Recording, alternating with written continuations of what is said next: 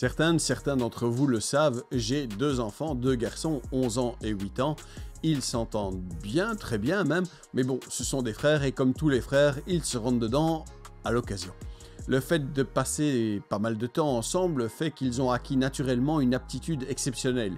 Ils savent exactement sur quel bouton appuyer pour positivement énerver l'autre, pour déclencher un tremblement de terre, une crise de larmes, des cris déchirants ou potentiellement une course effrénée dans les escaliers qui termine par un plaquage ou une motte à l'autre. Si je pouvais déclencher des clics sur mes vidéos avec une telle efficacité de manière aussi prévisible, je verrais mes statistiques augmenter de manière exponentielle. C'est un peu de ça que je veux vous parler aujourd'hui. D'une certaine manière. Quel que soit le contenu que vous produisez, il est évident que vous espérez déclencher une réaction. La réaction de base sur YouTube, c'est un clic sur la vidéo et puis une certaine rétention, une certaine durée de visionnage. On reparlera de rétention dans une prochaine vidéo, mais restons-en pour aujourd'hui à cette émotion primaire qui vous pousse à cliquer. Sur LinkedIn, Twitter, Instagram, TikTok, une forme d'engagement quelconque, comme un petit pouce, c'est déjà pas mal. Mais un commentaire, c'est encore mieux. Sur YouTube, le petit pouce, c'est intéressant, mais il faut une action consciente ou instinctive de l'utilisateur pour réellement visionner la vidéo.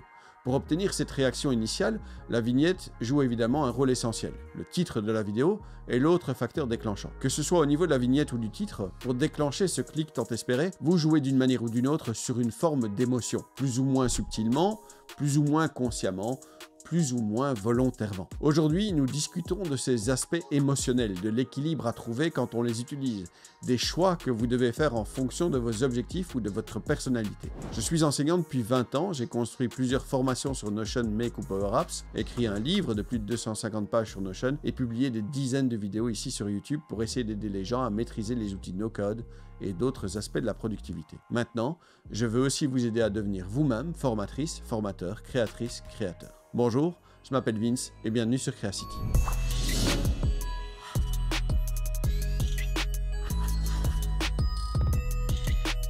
Avant de nous lancer dans le corps de la vidéo, je voudrais vous inviter à vous abonner, à mettre un petit pouce à la vidéo et à faire sonner la cloche pour être mis au courant des prochains contenus que je vais publier. Si vous voulez vous aussi apprendre à créer du contenu, des formations, je vais proposer cet été un bootcamp gratuit.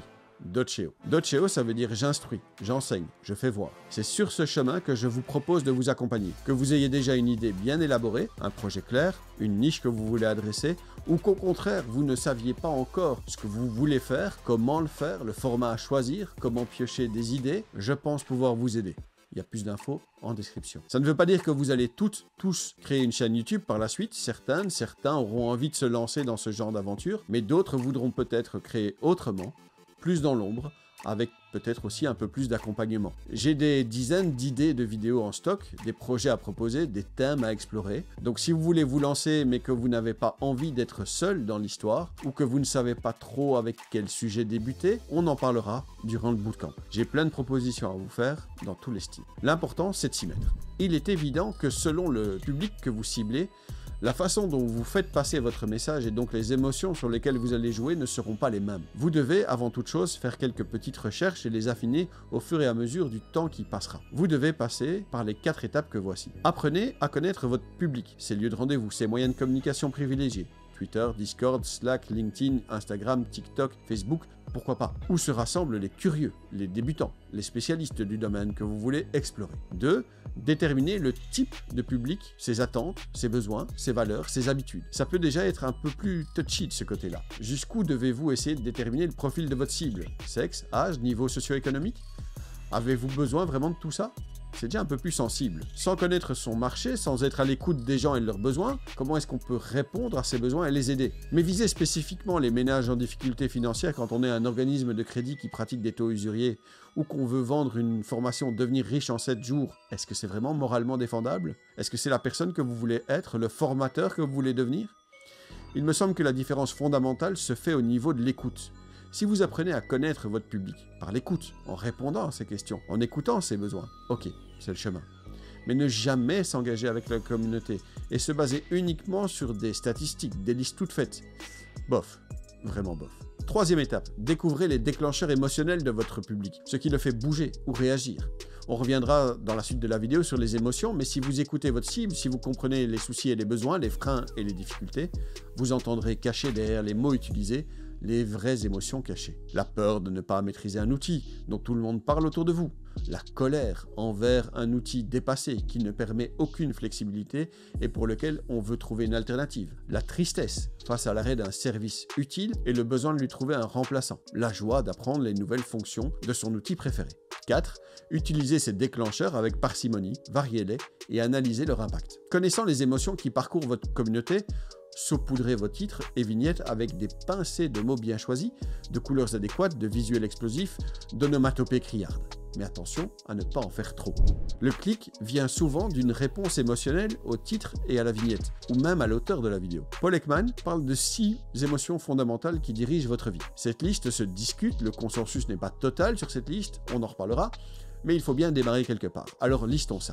La joie, la colère, la peur, la tristesse, la surprise et le dégoût. S'il est évidemment possible de créer des messages très spécifiques destinés à déclencher une émotion bien particulière, une vidéo, un article, une image, un slogan, une nouvelle, fait souvent appel à un mélange de ces émotions. Par exemple, vous avez peut-être entendu l'acronyme FOMO. FOMO, ça veut dire Fear of Missing Out, c'est-à-dire la peur de manquer de quelque chose, la peur de rater une occasion, la peur de ne pas en avoir assez, de ne pas en avoir fait assez, la peur de rater vraiment cette occasion.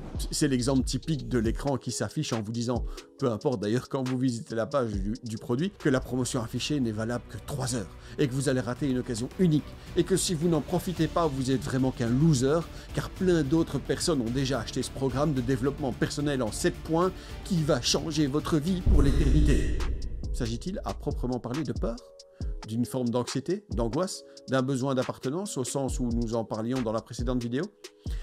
Ce n'est pas un sentiment de peur comme l'entend Maslow dans sa célèbre pyramide. Votre sécurité personnelle, physique n'est pas en jeu, mais bien votre besoin d'appartenance ici dans ce cas-ci. Et même si on ne joue pas sur les mots à ce point-là, avez-vous vraiment envie de jouer sur cette peur? Alors oui, je sais, la vente, c'est l'art de la guerre, le machiavélisme dans le pur sens du terme, c'est-à-dire les moyens utilisés pour garder le pouvoir, l'efficacité dans son côté parfois un peu désagréable, un peu vilain. Ouais, ok. Personnellement, j'admire par exemple la position d'Alexis de contournement dans ce domaine. Il se refuse à utiliser certaines techniques de vente, certains leviers, certaines astuces plus ou moins grossières. Il me fait réfléchir sur mes propres processus, moi qui n'ai jamais rien vendu avant mes 42 ans et qui apprend sur le tas, par essai-erreur, parfois maladroitement. Il y a de nombreuses études sur le sujet et on dit un peu tout et son contraire. C'est mon impression en tout cas. Les campagnes anti-tabac doivent-elles jouer sur le dégoût ou la peur? Cela les rend-elles efficaces? Je me souviens, moi encore toujours 30 ans plus tard, des photos qu'on nous a montrées sur les effets du tabac, les poumons noircis, les opérations de la gorge, etc. Est-ce que ça a contribué au fait que j'ai jamais fumé? Dans un autre domaine que le tabac, je me souviens de cette pub qui commençait dans la voiture familiale. Tout le monde semblait joyeux, mais la voix off disait que l'enfant à l'arrière du véhicule allait tuer sa mère dans les quelques secondes qui suivaient, car sa ceinture de sécurité n'était pas attachée. Pour en revenir au sujet qui nous occupe réellement, c'est-à-dire la création et la vente de formation, quel levier pouvez-vous utiliser? À quelle émotion voulez-vous faire appel? Je dirais que la surprise est peut-être votre meilleure arme. La joie de découvrir une nouvelle fonction peut-être, ou une solution que vous ne connaissiez pas du tout. Dans les leviers qui n'utilisent pas spécifiquement une émotion pure et unique, l'humour peut évidemment trouver sa place si on peut en faire usage sans passer pour un clown alors qu'on tentait d'asseoir une certaine légitimité. L'espoir peut être aussi celui de trouver enfin la solution à un souci qui vous hante depuis des semaines. Mais dans l'espoir, est-ce que c'est la peur qui parle? Et que faire, que penser des jeux de mots, interrogations, oppositions? La conclusion est un peu la même que la vidéo sur les types de contenus, les listes, les questions-réponses, les comparaisons, etc. Chacun doit y trouver son compte, son style. Mais la caractérisation de votre contenu est définitivement un point essentiel sur lequel il va falloir que vous passiez du temps et sur lequel je peux, en toute modestie et sans prétendre avoir la solution universelle, vous aider à réfléchir. Et vous alors? Qu'est-ce qui vous fait réagir? Quel type de contenu, de vignette, de titre a tendance à vous faire réagir? Qui est d'après vous la créatrice ou le créateur de contenu qui maîtrise le mieux cet aspect des choses? Dites-le moi en commentaire et nous pourrons partager sur le sujet. Encore une fois, je m'appelle Vince et je vous remercie d'avoir regardé cette vidéo. N'oubliez pas d'aimer, de commenter, de partager, de vous abonner et de faire sonner la cloche. Soyez sympa dans les commentaires parce que les trolls c'est uniquement chouette quand ça danse, ça chante ou ça fait des câlins. Puissions-nous nous voir bientôt. Merci et au revoir.